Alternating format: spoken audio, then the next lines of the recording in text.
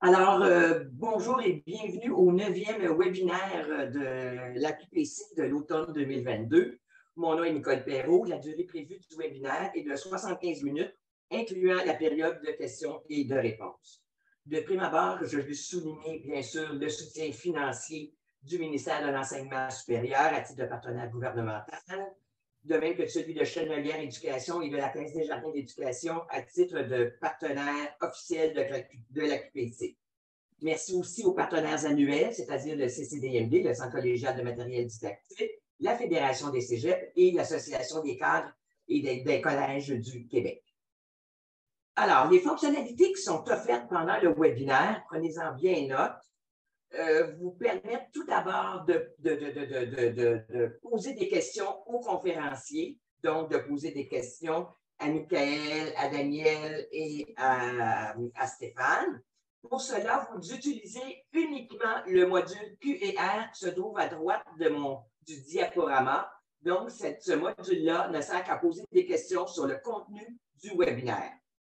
Pour échanger entre vous, apporter des précisions, proposer des ressources, peut-être témoigner d'une situation dans votre collège, etc., vous utilisez le module de clavardage. Si vous avez des problèmes techniques, vous utilisez également le module de clavardage. Votre caméra et votre micro ne sont pas activés jusqu'à preuve du contraire, ça serait exceptionnel.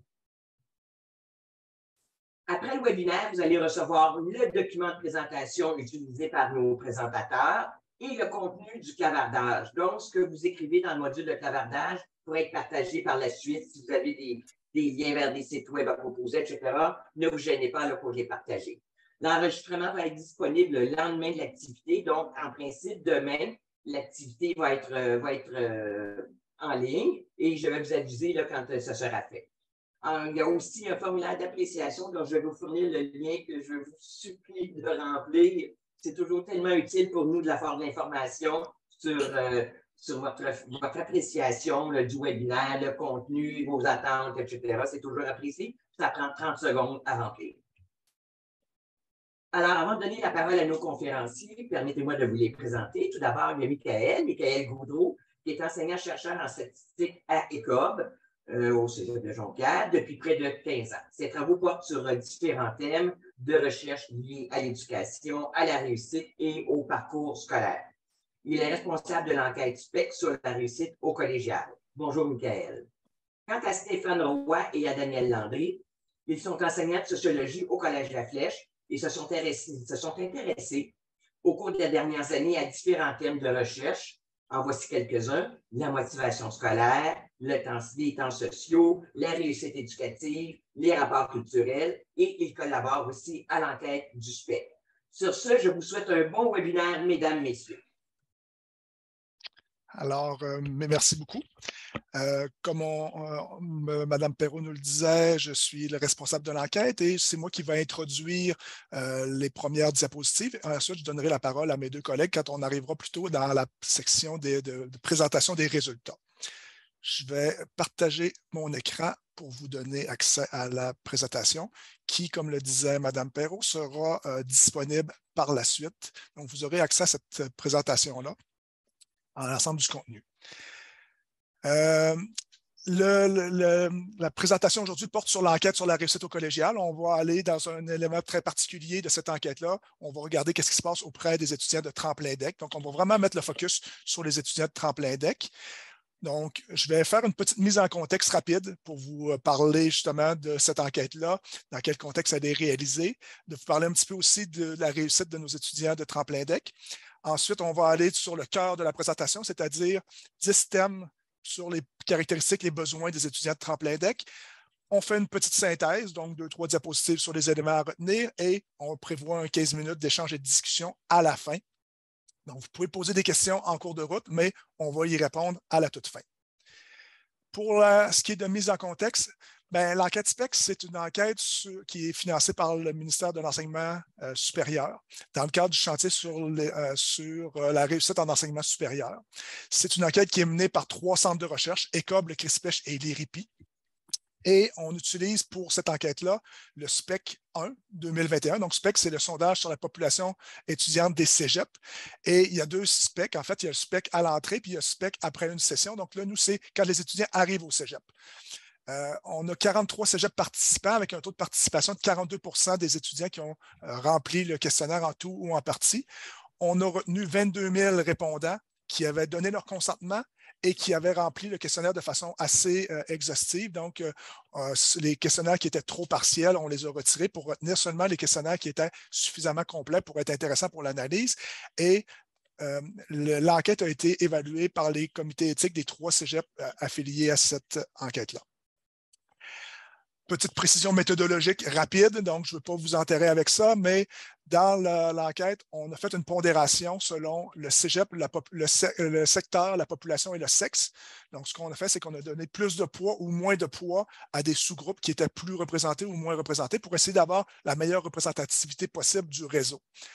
On fait des tests statistiques pour voir est-ce que nos étudiants de tremplin-deck se distinguent des autres étudiants sur certaines caractéristiques, donc pour être capable d'amener le regard sur les éléments qui sont dignes de mention. On a la possibilité de distinguer les étudiants de population A et de population B. Donc, les étudiants de population A, c'est les nouveaux inscrits. La plupart nous arrivent directement du secondaire. C'est ceux qui arrivent pour la première fois au cégep, tandis que la population B, c'est des étudiants qui ont changé de programme, que ce soit en continuité ou que ce soit lors d'un retour aux études, c'est lié à un changement de programme.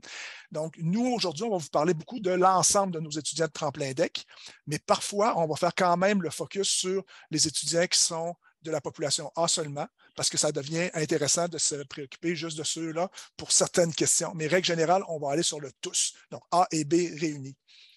Il y a aussi des questions ouvertes dans le questionnaire sur les raisons d'être motivé ou pas à réussir ses études, sur les raisons qui mènent à un allègement prévu des études. Donc ça a été, ce sont des questions qui ont été post-codifiées justement par Stéphane et Daniel. On va vous en parler au cours de la présentation aujourd'hui. Il y a des analyses multivariées qui sont réalisées aussi sur les facteurs associés à la motivation des études. On va vous présenter les résultats de ça. Il y a déjà 4 ateliers qui ont été faits dans le cadre de la QPC, dont un qui portait à la fois sur tremplin-deck et sciences humaines. Mais avec le temps qu'on avait aujourd'hui, on a décidé de se concentrer sur tremplin-deck et le webinaire sur sciences humaines sera aussi disponible, organisé avec la Fédération des cégeps le 14 décembre prochain. Les analyses qu'on va vous présenter aujourd'hui portent sur nos 2327 étudiants de tremplin-deck. Donc, c'est ce qu'on vient vous montrer. D'entrée de jeu, au Québec, donc tous les programmes confondus, ici, on est au secondaire, donc j'arrive même avant le cégep. Si on regarde ce qui se passe au secondaire, on voit que la ligne du haut nous montre le taux de diplomation après 7 ans au secondaire. Donc, la proportion de jeunes qui ont commencé le secondaire 1 et qui, 7 ans plus tard, avaient obtenu un diplôme ou une qualification du secondaire, ce qu'on observe, c'est qu'on est passé autour de 70 à autour de 80. Donc, il y a un gain important qui s'est réalisé. Et au même moment, on voit la courbe qui est en dessous, c'est le taux d'accès aux études collégiales. De plus en plus de jeunes vont vers les études collégiales. Donc, le gain est encore plus prononcé sur l'accès aux études collégiales que sur le taux de diplomation. Donc, ça amène une diversification de la clientèle de la population étudiante. Ce gain de jeunes qui vont maintenant au cégep et qui avant n'y allaient pas. Premier constat. Deuxième élément, ici, ce que je vous montre, c'est l'évolution du nombre d'inscrits. Donc, le nombre de nouveaux inscrits qui est passé en haut, c'est les formations préuniversitaires. Ensuite, on a les formations techniques et ensuite, finalement, on a tremplin-deck. Donc, ce qu'on observe, c'est qu'il y a eu une baisse nécessairement. Il y a des baisses qu'on a observées dans la population en général. Donc, ça a aussi eu des effets sur nos populations étudiantes collégiales, mais avec les taux d'accès qui ont augmenté, ça l'a compensé en partie. Ce qu'on observe surtout, c'est que chez nos étudiants de tremplin-deck, on est passé d'environ 6 de la population étudiante des nouveaux inscrits à 14 dans le pic. Et au cours des années plus récentes, on a revu une petite baisse, mais aujourd'hui, on peut parler d'environ 10 de nos nouveaux étudiants qui s'inscrivent en tremplin-deck. Donc, ce n'est pas banal, c'est vraiment un programme qui est très couru, qui est très fréquenté. C'est pour ça que c'est important de s'en préoccuper. Autre élément de contexte, c'est le taux d'obtention d'un DEC 2 ans après la durée prévue. Donc, on donne 4 ans pour obtenir un DEC préuniversitaire, 5 ans pour obtenir un DEC technique ou pour ceux qui ont commencé en tremplin DEC.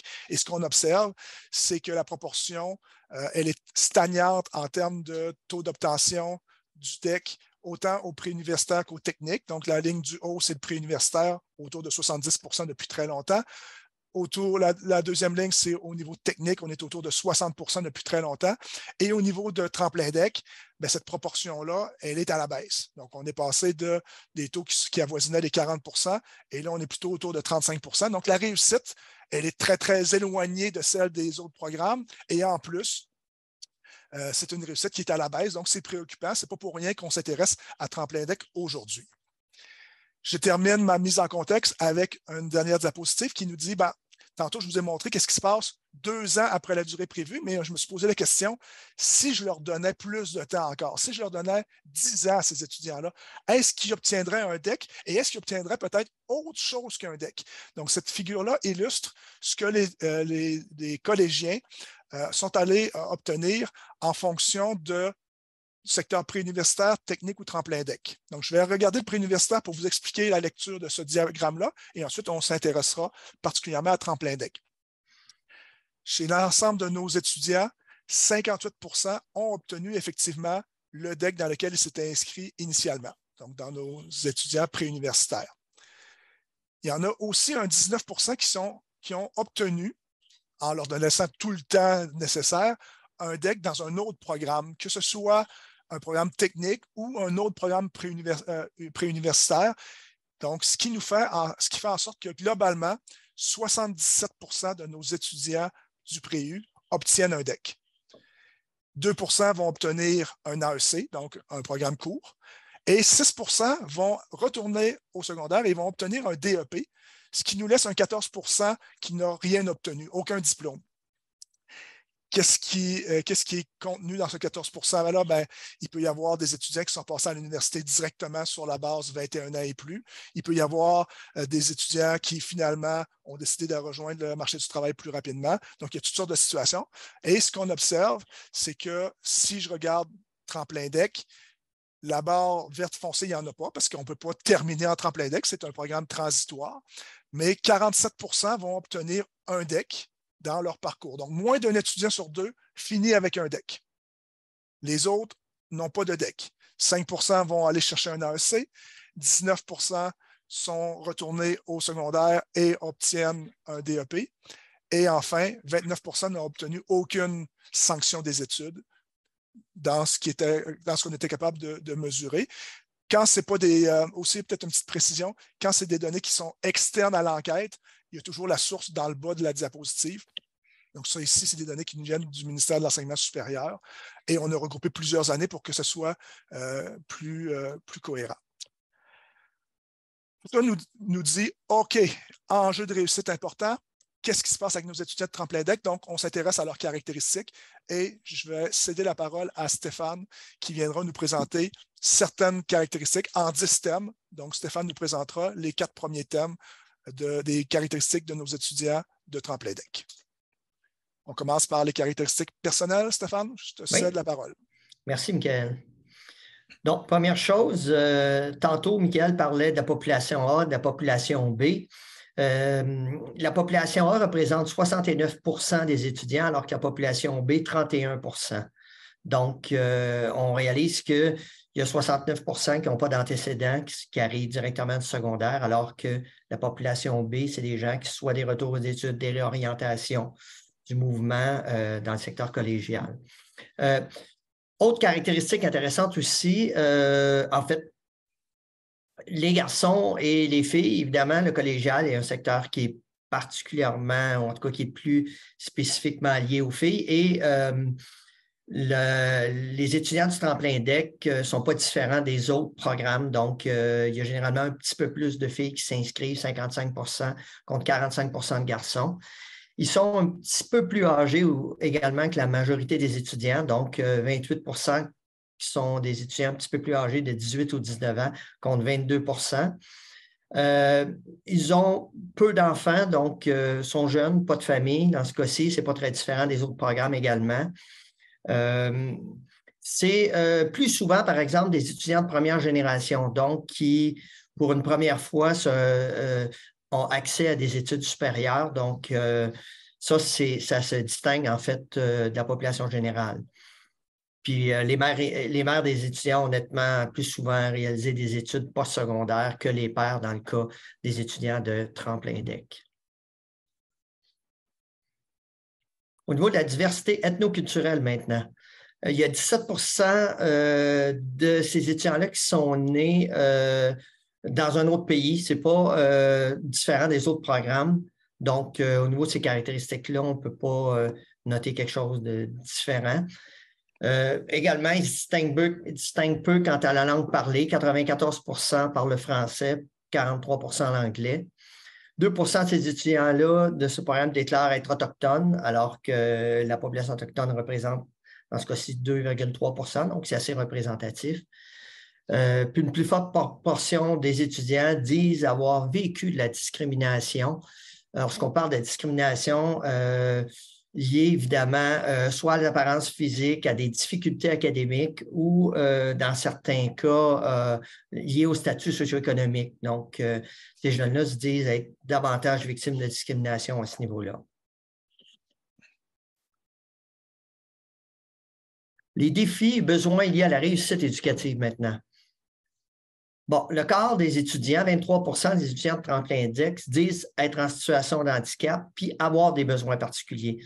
Donc, ils ont un peu plus de difficultés que les autres étudiants à l'école, donc vivent plus de situations d'handicap. Les 3 principales difficultés qu'ils vivent, c'est des troubles de l'attention, 63 contre 57 des étudiants dans le réseau. Troubles de santé mentale, troubles anxieux, on sait que l'anxiété est importante de plus en plus chez nos jeunes au collégial, des troubles d'humeur, des troubles alimentaires, même des troubles de santé mentale importants, 44 contre 41 dans le réseau. Troubles d'apprentissage également, dyslexie, dysorthographie, dyscalculie, donc ils représentent 25 contre 23 dans le réseau. Donc, c'est des jeunes qui vivent des situations, qui ont des besoins particuliers qui sont un petit peu plus important que l'ensemble des étudiants, des autres étudiants du réseau. 7 étudiants sur 10 ont des besoins particuliers, qui ont des besoins particuliers, ont reçu un diagnostic. Donc, ceux qui vivent parfois de l'anxiété ne sont pas toujours diagnostiqués. Ceux qui vivent certaines difficultés aussi ne sont pas encore diagnostiqués. On sait que dans le réseau, de plus en plus, les institutions tentent de mettre en place des mesures pour essayer de soutenir ces jeunes-là, mais certains d'entre eux ne sont pas encore. Il y a encore des besoins à ce niveau-là. Excusez, est-ce que je peux poser une petite question? Est-ce que les pourcentages que vous présentez, est-ce que vous avez regardé s'il y avait vraiment une différence significative ou ce sont des pourcentages tout simplement? Oui, peut-être juste une précision métaux. Il y a des tests statistiques qui sont faits pour tous les chiffres qui sont présentés. Okay. Donc, quand on vous dit qu'il y a des différences, c'est parce que les différences sont significatives. Et aussi, comme on a beaucoup de répondants, même des écarts qui peuvent paraître relativement petits vont quand même être significatifs dans la plupart des cas en fonction du nombre de répondants. Mais dans le rapport aussi, ce qu'il faut dire, c'est qu'on ne l'a pas précisé, mais il y a une annexe qui va être disponible. Mais dans ce rapport-là, tous les chiffres sont présentés chez les A, chez les B et chez tous. Et il y a toujours un test statistique aussi. Donc, les gens qui voudraient en savoir plus sur ce qu'on présente ou ce qu'on ne présente pas, parce qu'on ne présente pas toutes les figures, toutes les informations non plus, vous aurez accès, je vais en reparler à la fin, mais vous aurez accès quand même à l'ensemble des caractéristiques de ces étudiants-là. Donc, Stéphane, tu peux poursuivre. Merci. Parfait. Merci, Michael. Bon, les défis que vivent nos jeunes en tremplin DEC, évidemment, la gestion du stress, le maintien de l'attention sont des défis pour eux. La gestion du temps, la gestion des priorités aussi, c'est important pour eux. Puis on le voit dans le graphique à la droite, étudier, c'est beaucoup plus difficile pour eux. Donc, ils mentionnent que c'est un plus grand défi pour eux. Écrire, prendre des notes, retenir l'information, lire également. Donc, ils se distinguent par rapport à la population en général au niveau des défis. Pour eux, ils vivent de plus grands défis par rapport à la vie scolaire, en fait. Bon nombre de ces étudiants aussi ont reçu des mesures d'aide, d'adaptation antérieurement. Par exemple, certains ont des plans d'intervention individualisés. 27 d'entre eux ont des plans d'intervention individualisés contre 18 des autres étudiants du collégial. Certains aussi ont eu plus de temps pour faire les travaux et les examens, 21 donc ils ont reçu plus de mesures d'aide, 21 à ce niveau-là, contre 15 dans le reste du réseau. 15 d'entre eux aussi disent utiliser un ordinateur puis utiliser des logiciels spécialisés, contre 10 dans le réseau. Et l'utilisation du local isolé, 12 d'entre eux disent l'utiliser contre 10 des autres étudiants dans le réseau. Donc, pour eux, le collégial est un plus grand défi que les autres étudiants de l'ensemble du réseau. Maintenant, les valeurs de la population étudiante, qu'est-ce qu'ils nous ont dit? Il y a un peu des contradictions ou des paradoxes par rapport à ce qu'ils nous ont dit, mais c'est intéressant de les soulever. Ils se disent qu'ils sont moins nombreux à accorder de l'importance au diplôme, au développement des compétences, puis à donner du sens à leur apprentissage. Donc, pour eux, probablement parce que c'est un programme où ils sont en recherche, où ils viennent chercher des préalables, ainsi de suite. Bien, pour eux, la diplomation, c'est peut-être un élément qui les appelle moins. La notion de développer des compétences non plus. J'ai l'impression que c'est peut-être une voie d'orientation, on imagine. C'est une hypothèse qu'on émet, là. Mais ils sont moins nombreux, évidemment, à accorder de l'importance au diplôme et au développement des compétences. Ils sont aussi moins engagés dans leurs études, puis un petit peu moins ouverts à la diversité aussi. C'est ce qu'ils nous ont dit.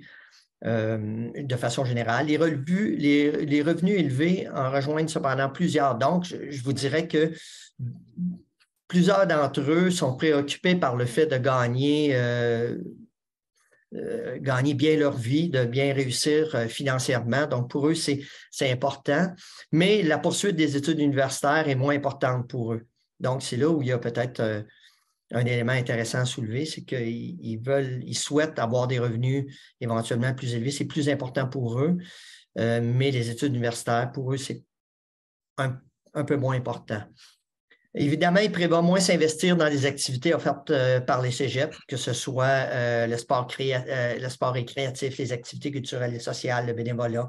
Donc, c'est des étudiants qui sont un petit peu moins engagés que les étudiants du réseau en général. Par contre, ils prévoient davantage s'impliquer dans les sports compétitifs. Probablement qu'il y a plusieurs étudiants qui sont dans des structures, je pense par exemple avec l'Alliance Sport-Études, dans des réseaux où le tremplin DEC peut être une façon de s'orienter, de guider les cours en tant que tel. Donc, les sports de compétition, comme les étudiants souhaitent peut-être pas s'engager dans un programme à temps plein et s'investir à temps plein dans un programme, mais tremplin DEC peut être une voie de départ tranquillement pour accéder éventuellement aux études supérieures et continuer, j'imagine, à pratiquer des sports de haut niveau également.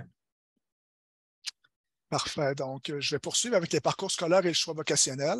Ce que je trouve qui est intéressant dans ce que Stéphane vient de nous présenter, c'est que nos étudiants de tremplin DEC sont un peu plus âgés, ont des défis antérieurs, donc ont eu des difficultés, ont eu plus de soutien, sont peut-être un peu moins engagés envers leurs études et sont moins engagés aussi dans l'ensemble du cégep, donc ça implique moins dans les activités. C'est comme s'ils sont un peu plus spectateurs de ce qui se passe. Donc, on va regarder un peu plus maintenant qu'est-ce qui se passe dans leur parcours scolaire. Sans surprise, c'est des étudiants qui sont plus faibles à l'entrée. Donc, 79% avaient une MGS inférieure à 80%, donc la moyenne générale au secondaire, contre 52% des autres étudiants. Donc, les étudiants faibles vont plus souvent aller vers le tremplin DEC. On verra tantôt justement pourquoi ils choisissent ce programme-là. Je pourrais vous en reparler. Ils sont pas nécessairement, c'est pas nécessairement un premier choix.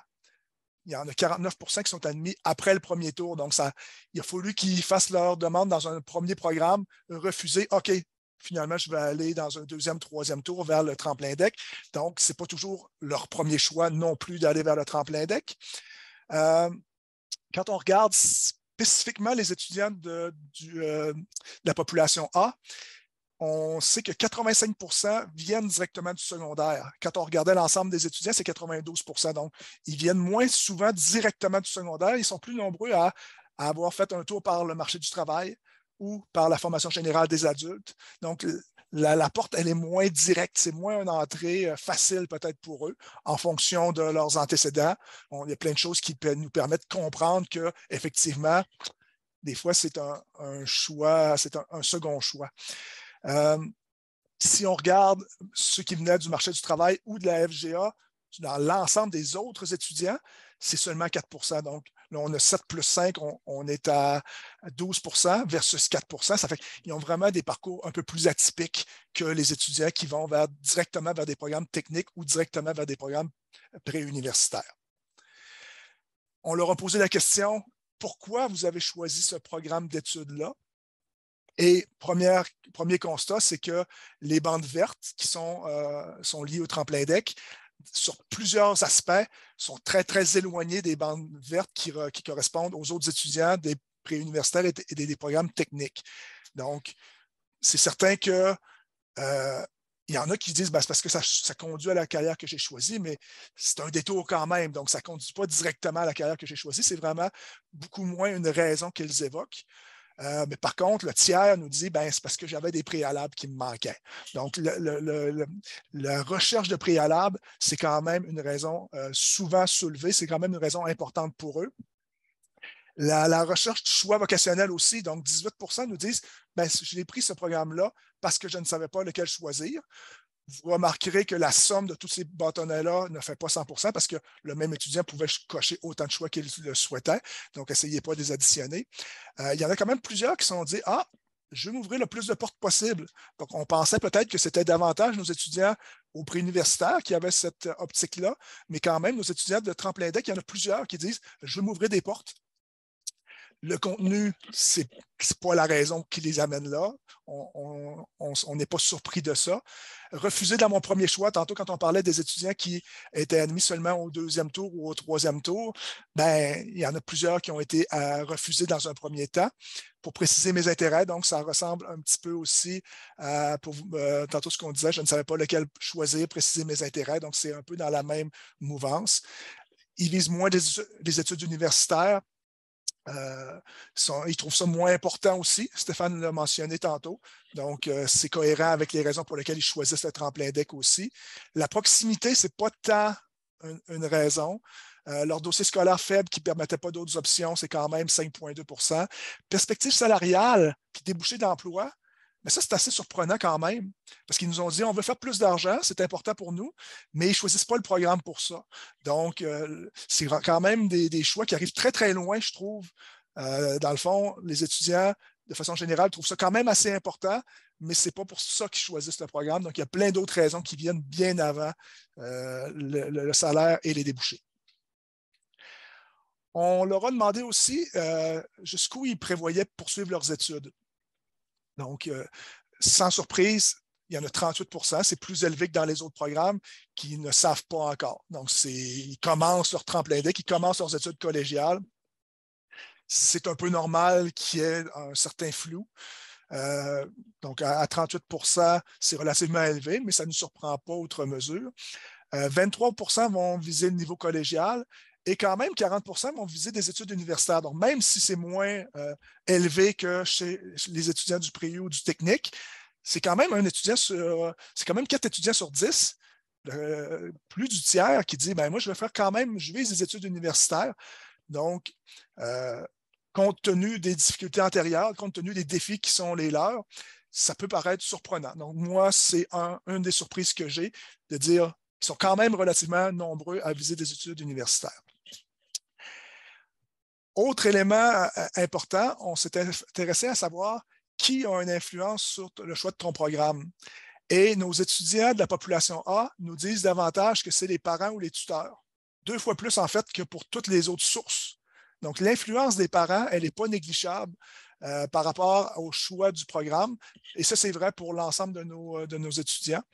Et quand on regarde plus spécifiquement le personnel d'orientation au secondaire, là, on voit quand même qu'il y a un écart important avec les autres étudiants. C'est sûr que spontanément, les étudiants ne se dirigeront pas nécessairement vers le tremplin DEC. C'est peut-être un programme qui n'est pas connu autant que d'autres programmes qui ne mènent pas à un métier directement. Donc, ça prend des fois des propres recherches. Ça peut être nos parents qui nous amènent vers ça, mais le personnel scolaire, on voit qu'il y a un peu plus d'impact à ce niveau-là. Et c'est de voir aussi que les autres membres de la famille, les enseignants, les autres étudiants, les conjoints, donc pratiquement tout le monde a à peu près le même poids en termes d'influence sur le choix du programme une fois passés les parents. Donc, les parents ont vraiment plus d'importance et ensuite, on est autour de 13% pour tous les autres intervenants, mais le personnel d'orientation secondaire, plus de poids que les autres. Puis quand on regarde spécifiquement les B, bien, les B, eux autres, c'est un changement de programme. Donc, qu'est-ce qui les amène vers le tremplin DEC en deuxième programme? Bien, des fois, c'est transitoire. Et là, on voit que les parents, autant que le conjoint, ont à peu près le même poids, 24% dans les deux cas. Ici, c'est des données qui ne proviennent pas de l'enquête, ils proviennent d'une compilation faite par le SRAM en 2019. Donc, j'avais travaillé avec le SRAM à faire une présentation dans le cadre du Carrefour de la réussite et on se questionnait, bien, qu'est-ce qu'ils font ces étudiants-là après tremplin DEC? Ils vont vers où? Et une analyse avait permis de démontrer que la moitié allait vers un programme technique et la moitié au préuniversitaire. Donc, tantôt, quand on disait qu'il y en a quand même plusieurs qui visent l'université, bien, nos étudiants, ils se dirigent quand même de façon importante au préuniversitaire. Ce n'est pas que du programme technique qui les attend après le tremplin DEC. Dans les programmes les plus fréquents, ben, c'est certain que l'on est allé par les grandes familles de programmes. Les techniques biologiques et agroalimentaires, c'est 17% des étudiants qui vont vers cette technique-là. Et de façon plus spécifique, 8% soins infirmiers et les autres, c'est des graines, donc c'est des 1% dans plusieurs autres programmes. Donc, les soins infirmiers, c'est quand même un programme qui est fréquenté fréquemment par nos étudiants de tremplin DEC. Les techniques de l'administration, 13%, les techniques humaines, 10%, techniques physiques et les techniques des arts et des communications graphiques, seulement 3%. Et quand on regarde d'un point de vue préuniversitaire, bien, plusieurs vont aller vers sciences humaines. Donc, 31%, pratiquement le tiers, va se diriger vers les sciences humaines, 11% en sciences de la nature, arts, lettres et communications, 6%, et sciences et lettres et double DEC, c'était quelques étudiants, mais c'était moins d'1%. Donc 0%. Autre information importante que je mentionne ici, c'est que si le tremplin DEC est fréquenté à la session d'automne, 65% vont y demeurer plus d'une session avant de s'inscrire dans un autre programme, tandis qu'à l'hiver, c'est seulement 19%. Donc, quand c'est à l'automne, ben, on va attendre souvent à l'automne suivante, tandis que quand c'est à l'hiver qu'on entre en tremplin DEC, ben, souvent, c'est en prévision d'entrer dès l'automne vers un autre programme. Donc, la transition vers tremplin DEC est moins longue si on est arrivé à l'hiver. Autre information super intéressante, c'est qu'on observe depuis longtemps qu'il y a un allongement des études au niveau collégial. Les étudiants prennent plus de temps qu'avant pour faire leurs études collégiales. Le SRAM a démontré que deux raisons principales, parce qu'ils changent plus souvent de programme et parce qu'ils prennent un peu moins de cours. Donc, ils allègent un peu plus leur session. Et on a ajouté une nouvelle question cette année dans le SPEC. On a dit, ben, est-ce que c'est prévu au départ? Est-ce que tu sais dès le départ que tu vas prendre plus de temps pour faire ton programme collégial ou si c'est quelque chose qui arrive en cours de route? Et ce qu'on a observé, c'est que la plupart disent, je vais le faire dans le temps prévu. Seulement 6% nous disent non, je vais prendre plus de temps que ce qui est prévu. Et 29% nous ont dit je ne le sais pas. C'est plus élevé un petit peu en tremplin DEC que dans les autres programmes. Et en plus, ceux qui nous ont dit non, je vais prendre plus de temps que ce qui est prévu, on leur a posé une deuxième question. Pour quelle raison? Pour quelle raison tu vas prendre plus de temps? Encore là, c'est Stéphane et Daniel qui ont fait le traitement de ces variables-là. Et donc, il y avait plein de commentaires. C'est une question ouverte. Et on a retenu 19, je crois, des thèmes qui sont présentés. Je présente seulement les plus fréquents. Et pour nos étudiants de tremplin DEC, c'est certain que le fait qu'ils passent par tremplin DEC, ils savent que ça risque d'allonger leur parcours. Donc, en partant, ils sont très conscients qu'en passant par tremplin DEC, ça risque d'allonger leur parcours. Il y en a quand même plusieurs qui disent, ben moi, je fais ça pour me libérer un peu, pour me donner des conditions favorables à ma réussite, en me donnant moins de stress, plus de temps pour réussir. Il y en a qui savent, encore là, ça peut être une conséquence du tremplin DEC, dire, ben, il y a un changement de programme qui va suivre. La pratique de sport, c'est beaucoup moins quand même fréquent chez eux. Ils ne disent pas que c'est pour cette raison-là qu'ils vont allonger leurs études, en fait. Les préalables manquants, c'est cohérent avec ce qu'on voyait tantôt pour les choix, les raisons pour lesquelles ils avaient choisi leur programme, nécessité d'obtenir de meilleures notes, programme exigeant, des problèmes de santé, d'orientation, mais c'est quand même plus marginal. Et le travail rémunéré, ben, nos étudiants, c'est rarement une raison. Les étudiants de population B, ils vont l'évoquer davantage, mais les étudiants de population A, c'est rare qu'ils vont dire « je vais prendre plus de temps parce que je vais travailler au cours de mes études ». Je passe la parole à Daniel qui va poursuivre avec la section 6 sur la motivation.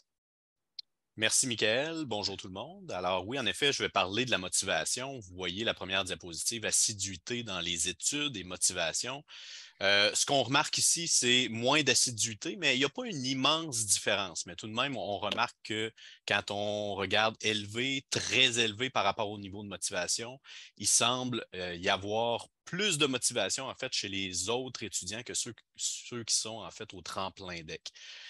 Autre exemple qui n'est pas nécessairement ici, mais quand on demande par exemple aux étudiants, est-ce que lesquels étudient à tous les jours, lesquels déclarent étudier à tous les jours, on se retrouve chez Tremplin DEC en fait où il y en a 16,9 %, tandis que pour la population générale, on est plus à 25 %. Alors, c'est là qu'on voit quand même qu'il y a une différence peut-être plus marquée dans ces éléments-là par rapport à l'assiduité. Puis vous voyez donc, vous avez sous les yeux aussi seulement la veille également. Diapositive. Par rapport au niveau élevé de motivation, donc on vient de le voir, la motivation est moindre pour ceux qui répondent à être ou simplement motivé. Mais au-delà de ça, on pourrait parler aussi du niveau d'engagement. Puis il y a une autre étude qu'ECOB avait fait en 2013 qui démontrait en fait que le faible niveau d'engagement, à la fois sur le plan affectif, cognitif, comportemental, on voyait qu'il y avait un plus faible niveau d'engagement chez les étudiants de tremplin DEC également.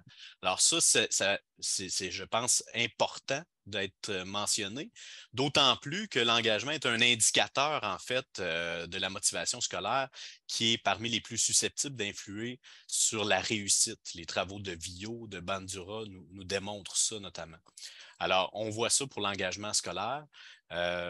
Diapositive suivante, on pourrait parler également des sources de motivation. Alors ça, c'est intéressant parce que quand on demande à la fois aux plus motivés de nous parler de qu'est-ce qui les motive, puis ça fait partie notamment, Stéphane et moi, on s'est intéressé, on a codé plusieurs éléments par rapport à ça. Puis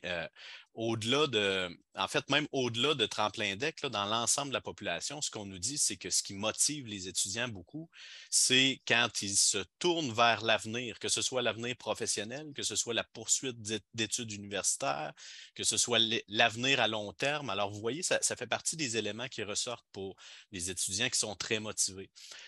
D'autres vont nous parler du plaisir d'apprendre également, mais ce sont les principaux éléments qui vont ressortir. J'insiste donc le fait d'être tourné vers l'avenir. Bizarrement ou ironiquement, les moins motivés nous parlent aussi parfois de l'avenir, cela dit, mais dans un sens où l'avenir peut devenir anxiogène en quelque sorte. Mais ils nous parlent de d'autres choses. Replaçons-nous dans le contexte. Hein, au moment de passer le questionnaire, on est au cœur d'une pandémie non achevée, mais on était vraiment à ce moment-là, peut-être à un moment plus important. Alors, on nous parle beaucoup de pandémie pour parler de la démotivation. On nous parle d'enjeux de santé mentale, que ce soit ou non en lien avec le contexte de pandémie. Puis c'est la même chose hein, pour les autres éléments, la surcharge de travail. Il y a des étudiants qui, clairement, d'autres c'était moins clair, mais pour certains, c'était clair que la surcharge de travail était liée au contexte, à la conjoncture pandémique. Mais au-delà de ça, c'était un élément qui était mentionné, peut-être parfois sans égard pour la pandémie. Alors, les difficultés à l'école, les enjeux liés à l'orientation, alors comme je vous disais tout à l'heure, l'avenir parfois peut devenir anxiogène et la perte d'intérêt pour la matière également, comme source de démotivation dans ce cas-là. Somme toute, ce qu'on peut dire, puis si on passe à la diapositive suivante, ce qu'on peut dire, c'est que même les analyses multivariées, en fait, nous démontrent en fait une cohérence avec ce qu'on vient de voir dans l'aspect plus qualitatif. Alors, quand on tombe dans l'aspect plus quantitatif, regardez ce qui est en lien avec une forte motivation. Alors, parmi les facteurs retenus, 8 principaux facteurs ont été énoncés, que vous voyez, que vous avez sous les yeux. Puis pour la forte motivation, alors ceux qui vont valoriser les études, l'apprentissage, le développement de compétences, ceux qui vont être engagés, on vient de parler de l'importance de l'engagement, et ceux pour qui le choix vocationnel, alors qu'ils sont capables de se projeter dans l'avenir, de voir où ils seront professionnellement, alors assurément, ça contribue à renforcer la motivation. À l'inverse, à contrario, on pourrait dire que la démotivation est liée aux étudiants qui parfois ont des besoins particuliers. Alors évidemment, là, dans la réalité Tremplin Deck, il faut souligner cet aspect-là parce que ça va jouer. Il y a des étudiants qui davantage ont des besoins particuliers. Je parlais de la crise sanitaire également. C'est aussi un élément qui ressort dans les analyses multivariées. Ceux qui arrivent du secondaire, contrairement à ceux qui étaient sur le marché du travail, également peuvent être plus susceptibles d'avoir une démotivation. Et il y a d'autres sous-groupes aussi qui ont été ciblés. Vous les avez sous les yeux, que ce soit le secteur préuniversitaire, les minorités visibles ou les gens de langue maternelle anglaise. Somme toute, pour ce qui est de l'analyse, en fait, pour ce qui touche la motivation, l'analyse qualitative et quantitative, c'est ce que je disais tout à l'heure. Alors, les résultats semblent converger. C'est un peu ce qu'on peut dire par rapport à ça. Maintenant, si on prend le thème suivant, alors la situation des étudiants au moment de commencer les études, bon, mais il y a surtout un aspect ici qu'on va retenir, on leur demandait, êtes-vous d'accord avec certains des énoncés liés à la pandémie? Êtes-vous préoccupé par la quotaire, préoccupé par les difficultés engendrées par la formation à distance? Alors, vous voyez ici, on ne peut pas dire que on ne peut pas dire qu'il y a immensément de différences. Cela dit, attention à une chose, il y a une différence entre ceux qui ont répondu au questionnaire au printemps versus ceux qui ont répondu à l'automne. Parce qu'au printemps, on vivait une réalité, en fait, où la pandémie était peut-être nécessitait peut-être davantage de sortir hors de notre zone de confort. On était dans une période d'adaptation beaucoup plus importante, tandis qu'à l'automne, il y a beaucoup des cours qui sont simplement revenus en présence. Alors, il y avait cette difficulté-là importante. Alors, ça, je pense qu'il faut le nommer. Au-delà de ça, il y a des adaptations peut-être un peu plus difficiles à certains égards quand on parle de tremplin deck. Alors, vous avez la comparaison entre les deux. La préoccupation de la quotaire était un de ces aspects-là, comme vous le voyez. Situation financière. Intéressant ici parce que on dit les étudiants qui sont au tremplin deck, ils habitent le plus souvent chez leurs parents, 74 contre 72. Ce n'est pas une différence immense. Cela dit, quand on regarde le deuxième picot, on voit qu'ils ont plus souvent des inquiétudes financières, 23 contre 20 %. Alors, ce qu'on dit, c'est qu'à la fois, et là, je fais un lien avec le troisième picot, ils dépendent moins de leurs parents pour financer leurs études, c'est bien, mais en même temps, ça implique nécessairement que le travail rémunéré prend probablement, possiblement, plus de place, plus d'importance pour ces étudiants-là. Et c'est d'ailleurs ce qu'on retrouve dans la figure qui est à la droite de l'écran. Quand vous voyez l'importance de certaines sources de financement, bien, évidemment, les parents sont encore très importants, mais dans une moindre mesure par rapport aux autres étudiants, tandis que le travail rémunéré, que ce soit pendant l'été ou que ce soit pendant l'année scolaire, là, il y a vraiment une différence marquée entre les étudiants de tremplin deck et les autres étudiants. Alors, c'est quand même intéressant de voir ça. Alors, moins de dépendance face aux parents, même s'il y a quand même une dépendance importante, là, mais moins de dépendance, mais nécessairement plus de dépendance à l'emploi rémunéré. Alors, ceux qui ont un emploi durant l'année scolaire vont nous dire ceci, que leur emploi va leur servir, oui, à payer leurs dépenses personnelles, à accumuler de l'expérience de travail, à payer leurs études, mais payer les dépenses personnelles, c'est quand même l'élément qui ressort d'abord de façon importante. 9e point, 9e thème, alors les compétences numériques. Les jeunes aujourd'hui sont tous très compétents numériquement, on le sait. Non, peut-être pas. Quand on regarde, en fait, on a parfois ce préjugé-là que nécessairement, ils maîtrisent l'ensemble des compétences numériques auxquelles on pourrait s'attendre. Et c'est peut-être pas tout à fait le cas. Alors, il faut aller au-delà des préjugés initiaux qu'on pourrait avoir. Puis, ce qu'on remarque d'abord pour les tremplins deck, ce qui peut être intéressant, ils sont nombreux à devoir se procurer un ordinateur pour entreprendre leur programme, 20% contre 15%. Alors, et certains disant même ne pas savoir comment se le financer. Probablement que l'aspect pandémie a peut-être pu jouer aussi parce que les besoins technologiques ont été plus importants pendant cette période-là, mais quand même, c'est un aspect intéressant. Ils maîtrisent moins bien l'éthique, particulièrement le travail collaboratif. Et ça, j'avoue que c'est un des aspects qui m'a surpris à quel point il y avait une différence marquée entre les étudiants de Tremplin Deck et les autres étudiants, parce qu'à peu près tous les éléments, on semble avoir un score, un résultat moindre. Puis en effet, le travail collaboratif sur des documents, regardez à peu près au milieu de la figure, là, quand on parle du travail collaboratif, par exemple, dans OneDrive, la communication collaborative dans Teams un peu plus haut. Alors, il y a vraiment des différences marquées. Même chose pour tableur, Excel. Alors, pour chacun de ces éléments-là, il y en a qui sont mieux maîtrisés. Le bon traitement de texte, c'est quand même 88% qui disent le maîtriser, mais ça reste quand même qu'il y a des différences avec les autres étudiants, puis c'est des différences qui ont une importance, je pense qu'il faut noter. Alors, bien qu'une forte proportion se dit apte à distinguer les sources d'informations fiables, ça, c'est un autre élément super important. Elle est nettement moins nombreuse que les autres étudiants dans cette catégorie. Alors, moi, ça me pose des questions. Quand on voyait tout à l'heure avec Michael qu'il y a environ le tiers d'entre eux qui s'en vont en sciences humaines par la suite, c'est un endroit, en fait, où on va travailler beaucoup avec la recherche de sources. Ce n'est pas le seul programme, évidemment, là, mais c'est un des éléments sur lesquels, assurément, les étudiants devront travailler à développer des compétences. Parfait, merci Daniel. Donc, oui, je vais poursuivre avec le bloc 10. Je voulais juste revenir rapidement sur peut-être une piste d'explication aussi. On a vu initialement que les étudiants arrivaient moins directement du secondaire. Donc, pour tout ce qui est outils collaboratifs, c'est certain que ceux qui ont été confrontés à ça au secondaire ont appris à travailler avec ces outils-là. Pendant la pandémie, ça a été une nécessité. C'était la première fois que cette question-là était posée. Donc, j'aurais aimé ça voir il y a 3, il y a 4 ans, il y a 5 ans, quelle proportion on se serait dit habile avec ces outils-là. On n'a pas de comparatif, c'est vraiment la première fois qu'on le posait.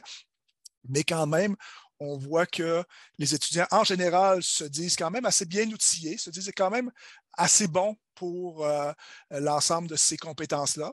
Maintenant, il y a des enjeux aussi. Si on pense qu'on est très, très bon dans quelque chose, peut-être qu'on est moins ouvert à continuer, moins prêt à regarder pour s'améliorer. Donc, peut-être qu'il y a un enjeu. Entre autres, pour les sources d'informations fiables, on sait que c'est vraiment un enjeu important pour l'ensemble des collégiens d'être capable de remettre en question l'information qu'ils vont consulter sur Internet. Donc, nous, le fait que ce soit élevé pour tous, bien, ça nous dit, est-ce qu'ils sont vigilants? Donc, c'est une question, je pense, qu'on peut se poser par rapport à cet aspect-là. Je termine avec le bloc 10, les besoins de soutien pour la réussite des études collégiales. Donc, ici, nos étudiants de Tremplin Deck, vous allez voir qu'on a 3 figures sur différents aspects de leur vie et le constat va être le même dans tous les cas. Ils ont nettement plus souvent besoin de soutien que les autres étudiants. Donc, ici, on est pour réussir leurs études. Donc, les méthodes de travail, presque le tiers nous dit avoir des difficultés, avoir besoin de soutien, être attentif en classe, préparer les examens, c'est le tiers aussi, de l'aide pour les travaux de session, intervenir en classe, résoudre des problèmes mathématiques, se mettre à niveau. Donc, on voit que dans toutes les sphères, l'écart est très important avec les autres étudiants. Donc, c'est des étudiants avec des antécédents, avec souvent du soutien au secondaire. On a dit tout à l'heure, 70% ont un diagnostic. Donc, il y a un 30% qui, même s'il y avait peut-être du soutien au secondaire, parce qu'on n'a pas besoin de diagnostic au secondaire pour avoir du soutien, bien là, les règles changent quand on arrive au cégep. Donc, ça, c'est peut-être un enjeu aussi auquel certains de ces étudiants-là sont confrontés. Et comme c'est long à avoir le diagnostic, c'est long les démarches et qu'une session, c'est très court, bien, peut-être que le soutien va arriver un peu tard dans leur parcours. Donc, différents éléments ici. Ensuite, dans d'autres sphères de leur vie, la gestion du stress. Tantôt, on était dans les antécédents. Là, maintenant, on est dans ce qu'ils prévoient comme besoin pour leur première année de cégep. Donc, on n'est pas dans les mêmes aspects, mais c'est plusieurs thèmes qu'on avait mesurés tantôt, puis les écarts qu'on observait se maintiennent. Donc, s'il y avait des besoins antérieurement, il y a des bonnes chances pour que les besoins soient encore présents. Donc, pour la motivation, pour le choix de carrière, la gestion du temps. Donc, on voit que ces 4 éléments-là sont vraiment plus fréquents, si on regarde à droite, que les autres enjeux, que les autres besoins de ces étudiants-là. Et en termes de recours à différents services, orientation et choix de carrière, donc ça, c'est une question distincte. J'ai besoin d'aide, pourquoi? Puis je vais utiliser quel service? Bien, encore là, plus nombreux pour l'orientation et le choix de carrière, les prêts et bourses légèrement plus nombreux, le soutien psychologique très semblable, puis le service de santé très semblable aussi. Donc, c'est plus en lien avec la réussite, c'est plus en lien avec peut-être les besoins financiers de ces étudiants-là qu'on avait mentionné tout à l'heure. Et dernière diapositive de données, c'est les besoins en langue d'enseignement. Ces étudiants-là arrivent avec, plus souvent avec des lacunes, principalement pour écrire sans faute. C'est plus que le tiers, c'est pratiquement 4 étudiants sur 10 qui ont un grand besoin d'aide, c'est-à-dire que sur une échelle de 1 à 10, ils ont dit 8, 9 ou 10. Ils ont dit oui, moi j'ai besoin d'aide pour écrire sans faute. Et sur d'autres aspects aussi de la maîtrise de la langue, comprendre d'analyser des textes variés, 27 %, rédiger des textes, 26 %, m'exprimer oralement, près de 22 %, défendre mes idées, 21 %. Donc, on voit qu'il y a vraiment des enjeux importants en langue d'enseignement.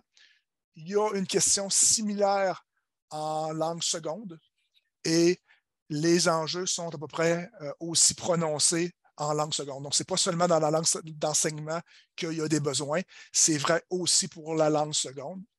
Puis, comme on vous le disait, l'ensemble de ce matériel-là est disponible pour tous les étudiants, mais aussi pour les A et aussi pour les B. Donc, si on retient, qu'est-ce qu'on retient de tout ça? Je ne sais pas si Stéphane et Daniel veulent se lancer, puis je compléterai. Oui, parfait.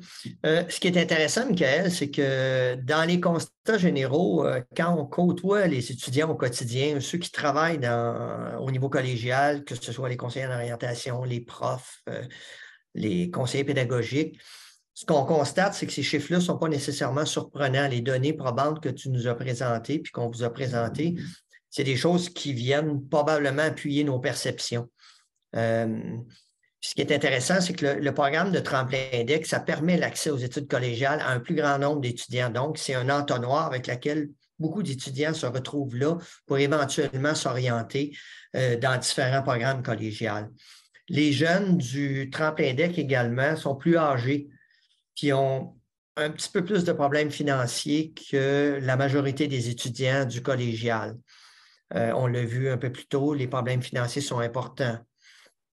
Ils sont plus souvent aussi en situation de handicap, puis ont plus de besoins, on l'a vu précédemment, donc plus de difficultés, une moyenne générale au secondaire aussi un petit peu plus faible, donc ça joue à ce niveau-là. Ils sont aussi indécis, évidemment, sans surprise, au niveau du choix de carrière, puis ça a un impact sur la motivation puis l'engagement auprès de ces études. Quand notre situation vocationnelle n'est pas bien définie, c'est probablement plus difficile d'être motivé et de s'engager dans ces études plus spécifiquement.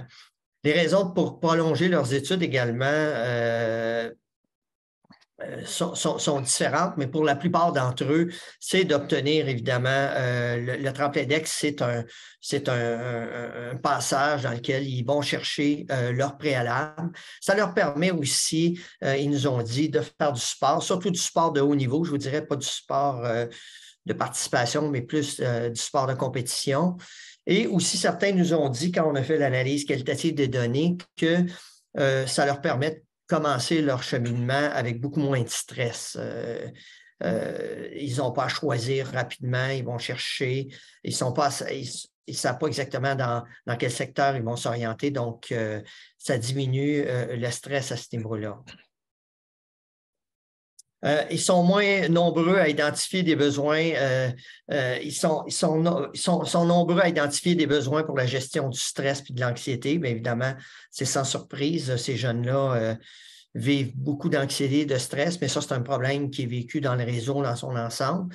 Les étudiants de Tremplin Index ne sont pas très différents des autres étudiants. La gestion du stress et l'anxiété, c'est un enjeu important en 2022, 2023 et pour les prochaines années, c'est clair.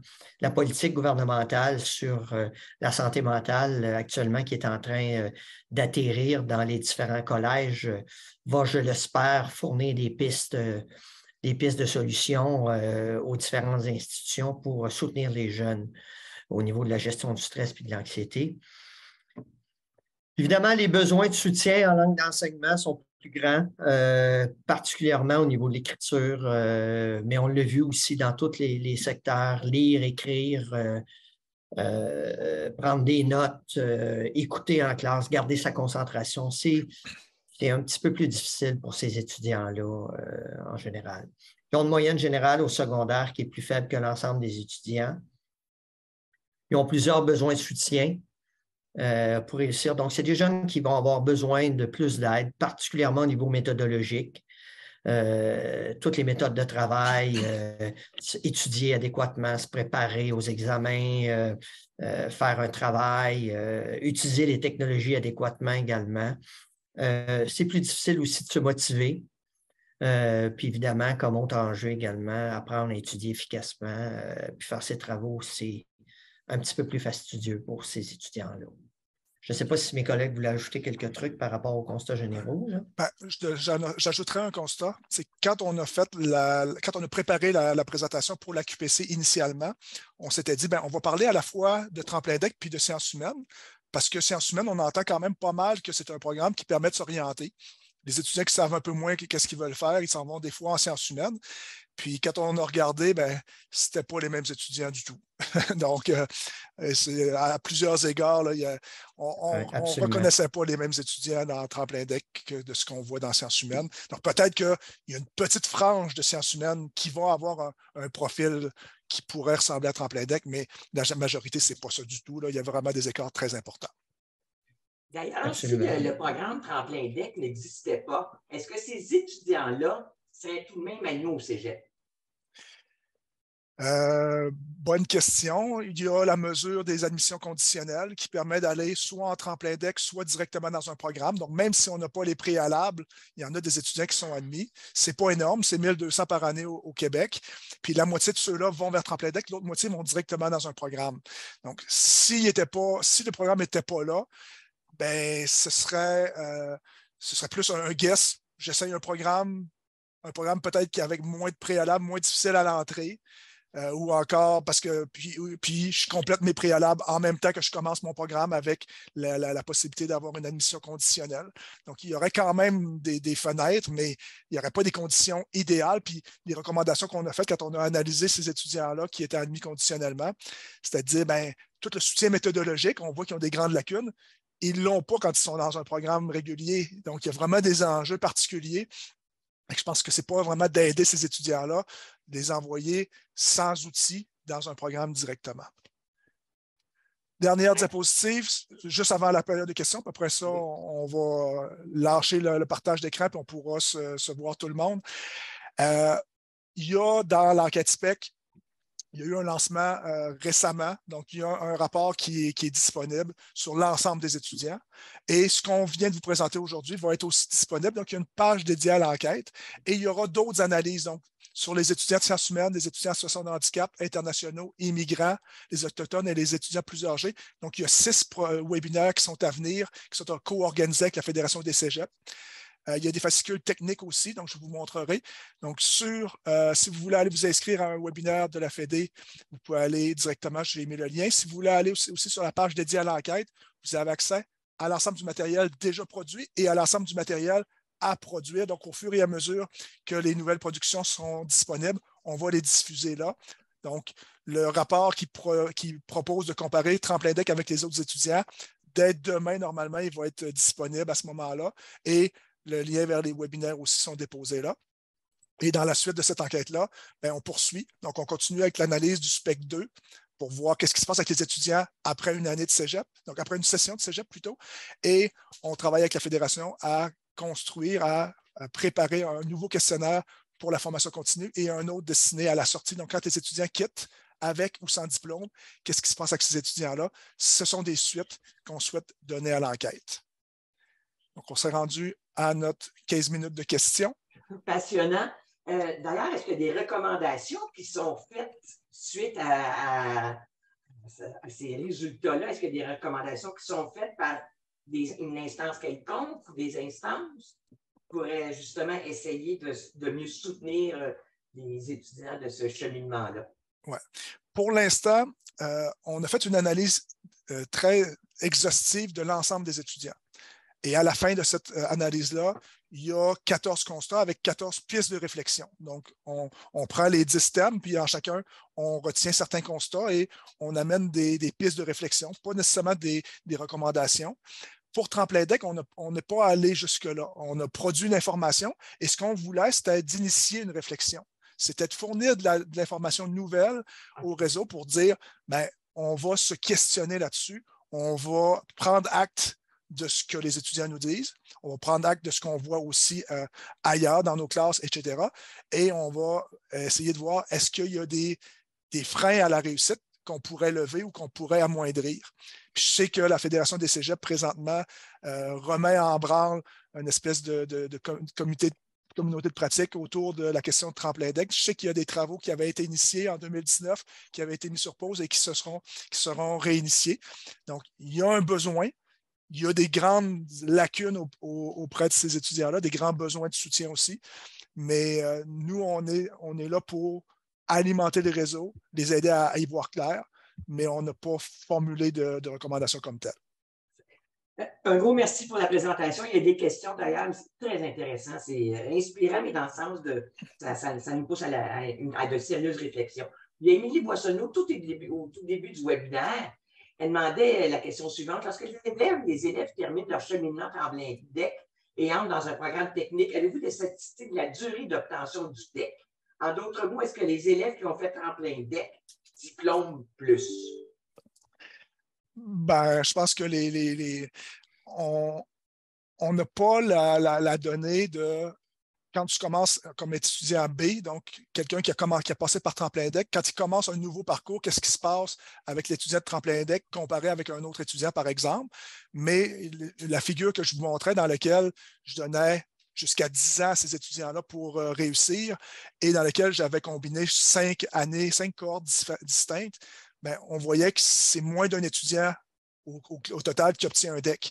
Donc, ce programme-là n'amène pas à la réussite tant que ça. S'il n'était pas allé en Tremplin Deck, est-ce qu'il aurait échoué ces étudiants-là? On ne le sait pas. Mais ce qu'on voit, c'est que parfois, ça va être une façon de dire « OK, c'est peut-être pas ma place, c'est pas ce que je visais, c'est pas ce que je pensais. » Et on voyait qu'il y avait quand même 19% qui sont allés chercher un DEP. Donc, puis, en fait, ça peut être une belle réussite aussi pour un étudiant de dire « Je pensais que c'était ça » ou mes parents voulaient absolument que j'aille essayer le cégep. Ça ne me convenait pas. Je retourne faire un DEP. Donc, moi, je ne vois pas ça comme un échec, mais on voit quand même que le Tremplin Deck qui mène à un DEC, ben, c'est moins d'un jeune sur deux qui l'obtient. Il y a Vicky Plourde qui avait posé la question, je pense que c'était autour de la diapositive 20, vous parliez de MGS, moyenne générale au secondaire. Est-ce que le pourcentage d'étudiants en Tremplin Deck entre avec des MGS de 75% versus les autres étudiants dans le réseau? C'est quoi le pourcentage d'étudiants sur Tremplin Deck qui ont la MGS, elle tourne autour de combien là, à peu près?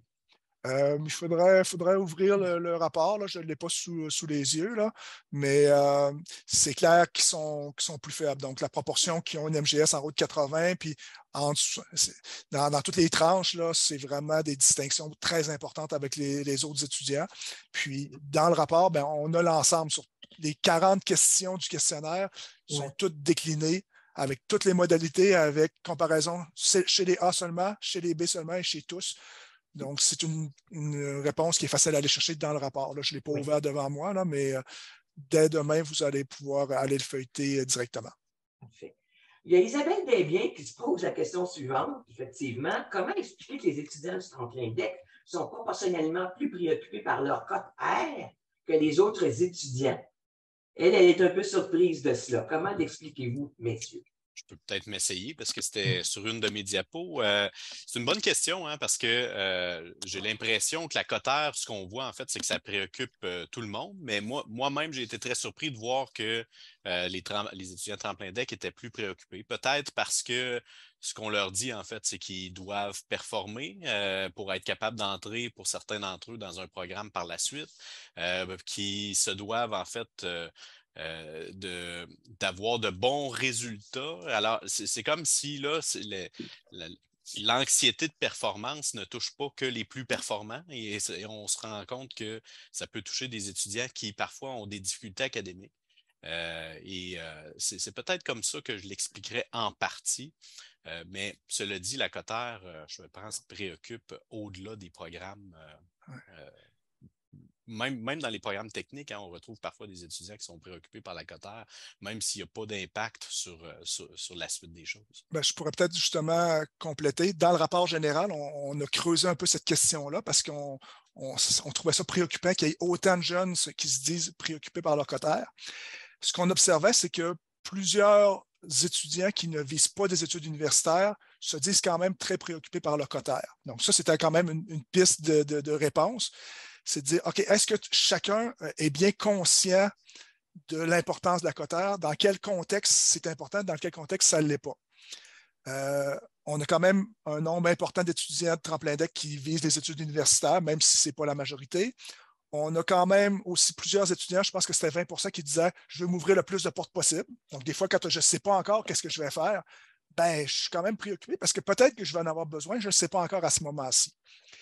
Dernier élément de réponse, on a aussi vu une étude d'Academos qui dit « les étudiants sont préoccupés par la valeur de leur diplôme secondaire.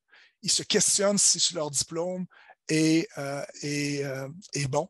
Parce qu'ils n'ont pas eu d'évaluation du ministère, c'était cette cohorte-là, parce que des fois, on a coupé dans les savoirs, on est allé au savoir essentiel pour des raisons évidentes. Là, en lien avec la COVID, on a dit, ben, on va sauver les meubles, on va leur donner le meilleur possible. Donc, pour moi, les préoccupations autour de la Cotère, c'est des préoccupations autour du cheminement scolaire en général, puis ça révèle peut-être d'une question de, je ne suis pas certain que mon secondaire m'a bien préparé. J'ai peut-être des enjeux autour de ça parce qu'on ne le mesurait pas directement. C'est une autre hypothèse.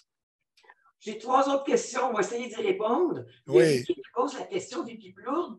Est-ce que c'est vrai que les étudiants qui entrent dans le cheminement tremplin deck s'inscrivent surtout à des cours de la formation générale? Et si oui, est-ce que la réussite, ça pourrait expliquer le taux de réussite comparativement à des cours qui seraient pris en formation spécifique? Oui, je pense qu'en général, les étudiants qui sont en tremplin deck vont d'abord parce que soit qu'ils vont chercher des préalables, puis pendant ce temps-là, avant d'entrer dans un programme spécifique, souvent les aides pédagogiques, les conseillers d'orientation vont les inscrire dans des cours de formation générale. Donc, ça a sûrement un impact. Ça a sûrement un impact sur la motivation aussi de ces jeunes-là parce que celui qui veut rentrer en soins infirmiers ou en technique d'éducation spécialisée, lui, son rêve, c'est de soigner des gens ou d'intervenir dans des milieux. Puis on lui dit, ben, tu commences ton cheminement collégial par de la formation générale. Et évidemment, ça joue. Puis aussi, il y a un autre élément parce qu'on parlait des besoins qu'ils avaient. Souvent, on arrive en formation générale. Bon, la rédaction, la capacité de rédaction, ainsi de suite, l'analyse des textes, l'analyse des documents en français, en philosophie. Bien, les habiletés méthodologiques, les jeunes ne les maîtrisent pas tout le temps. Moi, j'imagine un moment ou un jour où on pourrait intégrer ou offrir à ces jeunes, on parlait tantôt de recommandations, là, mais d'offrir éventuellement à ces jeunes-là une espèce de coffre à outils, que ce soit une formation de 15 heures ou 30 heures, que ce soit crédité ou pas, pour donner à ces jeunes-là des outils méthodologiques pour affronter le collégial. Ces jeunes-là sortent du secondaire, certains d'entre eux, on les catapulte dans des cours de formation générale, parfois où il y a de l'analyse, il y a des lectures assez rigoureuses aussi. Puis, ils n'ont pas les outils méthodologiques pour faire face à ces défis-là. Fait que, évidemment que ça doit avoir un impact à la fois sur leur motivation, puis aussi leur niveau de difficulté, puis leur anxiété qui augmente parce que ces jeunes-là vivent ces situations-là, puis se disent, bien, comment moi je vais arriver à m'en sortir là, avec tout ça, parce que je rêve de faire un métier ou d'entrer au préuniversitaire ou de aller en sciences de la nature, sciences humaines ou en technique de génie industriel ou bref, ces éléments-là viennent jouer, c'est clair. Peut-être en complément, l'enquête ne nous permet pas de savoir où est-ce qu'ils vont, ces étudiants-là, s'ils ont plus de cours préuniversitaires ou de cours de formation générale, pardon, ou de technique. On sait que certains programmes essayent d'en mettre un ou deux pour dire, ben, on sait que tu vises ça après, on va t'en donner. Mais il y en a plusieurs qui disent, ben, je ne sais pas du tout dans quoi m'envoyer. Donc, encore là, il y en a qui disent, je veux juste m'enlever du stress. Donc, une des stratégies, c'est de prendre quelques cours préuniversitaires, de formation générale, je suis encore dans la mauvaise place. Mais ça peut être une stratégie, mais effectivement, moins c'est concret, moins c'est facile de s'engager, puis moins c'est facile d'être motivé. On le voit quand on regarde la motivation du préuniversitaire versus le technique, il y a quand même un écart important. Puis l'engagement de ces étudiants-là, les étudiants du technique pour qui c'est plus concret, ils sont déjà beaucoup plus motivés, beaucoup plus engagés. Donc, on peut penser aussi que ça s'applique aux étudiants de tremplin deck. Quand c'est trop général, quand ce n'est pas assez en lien avec quelque chose de concret, ça peut jouer sur leur motivation. C'est ça, c'est ce que dit Pierre-Alexandre Morneau-Caron, qui dit effectivement les besoins de soutien en langue d'enseignement sont très importants dans le cheminement tremplin deck. Et effectivement, on leur propose des cours, philosophie, français. Est-ce qu'on se tire dans le pied d'une certaine façon en offrant ce type de formation-là au début? C'est la question qui se pose, effectivement. Je voyais une question rapidement que je pouvais répondre. Oui. Est-ce qu'on a la proportion de PG? On l'a présenté dans la diapo de Daniel au départ, de Stéphane. Oui. Les étudiants sont beaucoup plus des étudiants de première génération, donc dont les deux parents n'ont pas fait d'études collégiales que chez les autres étudiants. Je pense que c'est 24 versus. En tout cas, l'écart est quand même très, très grand. Là. Oui, absolument. Oui. Alors pour Pierre-Alexandre, je pense que la question ouverte donc était celle là, qui était un suivi de celle de Vicky. Est-ce qu'on s'est dans le pied en se disant qu'en offrant des cours de formation générale au début? En tout cas, ça peut être matière à réflexion. Absolument. Bonne question. Tout à fait. Il y a une question aussi qui est apparue dans le clavardage, c'est Patricia. Savez-vous quelle est la proportion des étudiants en plein index qui ne font que des cours de FG? Sans cours issus des activités favorisant la réussite, compétence 1006-1008. Donc, nous, l'enquête, c'est une enquête auto-déclarée par les étudiants. Donc, des éléments sur leur parcours. On a quand même quelques informations qui nous viennent de leur dossier scolaire. Donc, quand le dossier scolaire est transmis par le cégep pour solliciter des étudiants, on a sa MGS, on a quelques informations, mais pas de cette nature-là. Donc, on n'est pas en mesure, on pourrait l'avoir ailleurs, on serait capable d'avoir cette information-là, mais dans l'enquête, on n'a pas ce type d'information-là. Dans le module de questions-réponses, il y a Marie-Marthe Mallet qui dit à Dicoué, là, je suis en train de travailler pour l'implantation du cheminement tremplin deck autochtone. Elle a manqué les 20 premières minutes. Soyez sans crainte, Marie-Marthe, le webinaire et la documentation vont vous être envoyés très bientôt. Pour le reste, je ne peux que vous remercier 1000 fois pour toutes ces données qui, je me sens la tête remplie de chiffres et je me pose plein de questions. Je vous remercie pour toute cette information-là. Et je voulais savoir les webinaires qui sont offerts, entre autres, par la FEDIS, est-ce qu'ils sont accessibles à tout le monde? Oui, tout à fait. L'invitation va être lancée plus spécifiquement à ceux qu'on pense qui sont ciblés. Donc, les étudiants, quand on va parler de sciences humaines, c'est sûr que les profs, les conseillers pédagogiques, ceux qui tournent plus autour de pédagogie. Mais quand on va parler des étudiants internationaux, par exemple, on va essayer de viser ceux qu'on pense qui sont les plus susceptibles d'être intéressés par ça. Mais si on va dans la section des données sur le site de la Fédération des cégeps, que j'ai mis de toute façon dans ma présentation. Donc, en allant voir, vous pourrez y retourner. Vous pouvez vous inscrire, il n'y a aucun enjeu. Oui, puis Annie-Claude, d'ailleurs, qui vient mettre le lien aussi dans le module de clavardage. Génial. Alors, je pense qu'on n'a pas fait le tour parce qu'il y aurait tellement de choses à dire puis sur lesquelles il faudrait réfléchir, mais reste que vous nous avez servi un plateau fort intéressant. Ça donne faim. Merci beaucoup à tous les trois et je vous dis à bientôt. Merci tout le monde. Merci aux participants aussi, vous avez été très, très, très vigilants et très curieux. Merci beaucoup. Merci à la prochaine. Merci tout le monde. Au revoir. Au revoir.